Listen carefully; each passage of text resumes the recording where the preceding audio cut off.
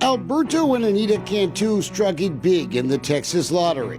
That $1 purchase got them $177 million. And they wanted to give back to their church. So I feel excited that not only that the new building, but I feel excited what we can do in that building. This Austin TV report spread the news. The 60-year-old Bethel Baptist Church in Abernathy would be rebuilt. And God saw fit through Brother and Sister Cantu that we would get a new building. Same place, same spirit, just a new building. The small West Texas church also bought this new church van. They bought it here at the Reagor Dykes Ford dealership in Plainview with a cashier's check. Just one problem. The church never got the legal title to the van. It was bought just as allegations of fraud on the string of dealerships closed them all down. I contacted Ford Motor Credit. They looked it up and said, we'll get somebody back with you. Well, guess what? They didn't. They haven't heard the last of you. I'm not done by a long shot. Tens of thousands of West Texans watched Bart Reagor the other day break his silence on the collapse of his auto empire, his faith in God as he's hit with a tsunami of lawsuits. Among the folks who reached out after was Pastor Willie Bolton. Despite his financial world crashing in, Bart Reagor went to bat to get the church van moving again. He asked me if I would help, and I said, sure, I'll do all I can. And, things went from there, and about 3 days later, we got his vehicle registered, which was great. We will keep you and yours in prayer, the Reverend wrote later. Thanks for all you've done for the church in this matter. Anytime a person is going through all that and take time out just to deal with one person, with one van, I think that's pretty good. I think that speaks well to my Bible about him. You should see Reagor's email back after the faith leader of Bethel thanked him, quoting, "You trusted me to buy your vehicle, and it makes me sick how much trouble you've had to go through." Ever since I've been in the automobile business, if a customer called me with a problem, I've always done everything I can to help them. The Bethel church members aren't the only Reagor Dykes customers still caught in the middle. Some still owning cars they never got the legal papers for after a full year. I assumed that Ford would take care of the registrations for the cars at least that were being sold after that, but it's been like pulling teeth to get that done. Reagor's email to that Abernathy preacher the other day exposes something else. Bitterness. Bitterness with the company he once helped promote all over Texas. I thought I had a really good partner in Ford Motor Company and Ford Motor Credit.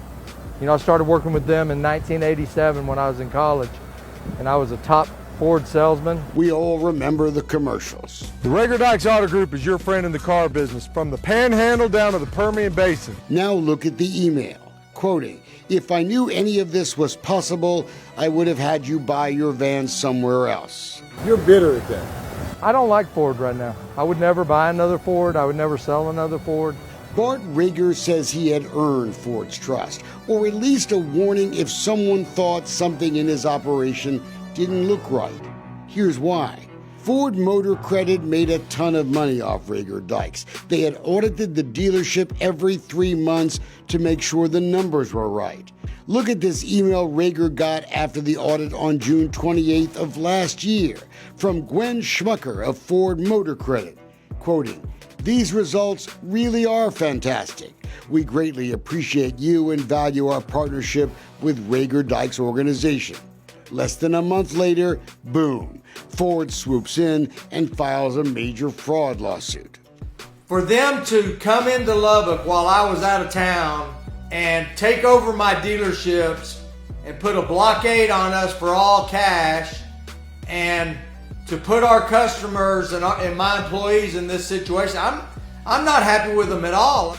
The Reagor Dykes Auto Mall now shows the wear of the shutdown.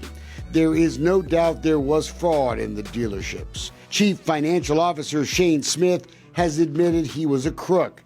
He faces 20 years in prison. But how could Smith fool Ford auditors for so long? Or were they fooled? Reagor hints the Ford investigation now underway could get ugly. And I think that they came in aggressively like they did to basically try to bury the company as fast as possible so that they never had to deal with any ramifications. Reagor Dykes had hired Shane Smith from Ford Motor Credit Corporation in the first place. Legal filings from his former partner Rick Dykes start to connect the dots. Quoting, "Over the past 11 years, Mr. Smith maintained a close professional and personal relationship with Gary Bird Jr., the person primarily responsible for overseeing Ford Credit's financing of the Reagor Dykes dealerships. Dykes also complained an employee in the finance office had an affair with a Ford auditor, getting tipped off in advance of audits. This could get messy. Ford has yet to explain why their auditors missed the huge fraud they now claim existed." And my CFO worked for Ford for 12 years. I mean, all those people that were in charge of those audits were his friends. Bart Reagor stayed silent for months amidst the headlines. But that's over now. Ford sued for $116 million. A judge could soon enter a judgment in that case against Reagor for tens of millions. You know, I just want truth. I just want fairness and truth and justice. I don't want people, just jumping to conclusions based on what happened in the media this time last year. Reagor could pay a very steep financial price for the betrayal of others.